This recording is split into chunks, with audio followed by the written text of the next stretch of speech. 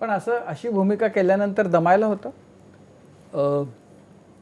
नाही खरं दमायला होत. म्हणजे आता त्याचं होतं हे म्हणजे फिजिकल शारीरिक थकवा आणणारं होतं ह्याच्यामध्ये. जंगलातली पळापळ होती, पाण्यात उडी मारणं होतं, तुम्ही मारलीत खरेच? हो, हो. खरोखर उडी मारलीत हो तुम्ही? हो अम,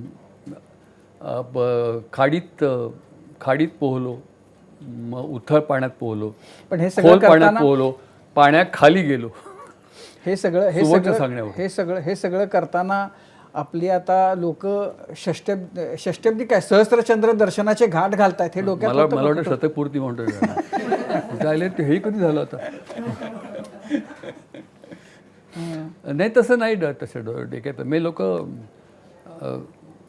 कौतुकाने किंवा आदराने जेव्हा म्हणतात की सर तुम्ही या वयात सुद्धा असं म्हणतात, तेव्हा मग अरे हो असं लक्षात येतं.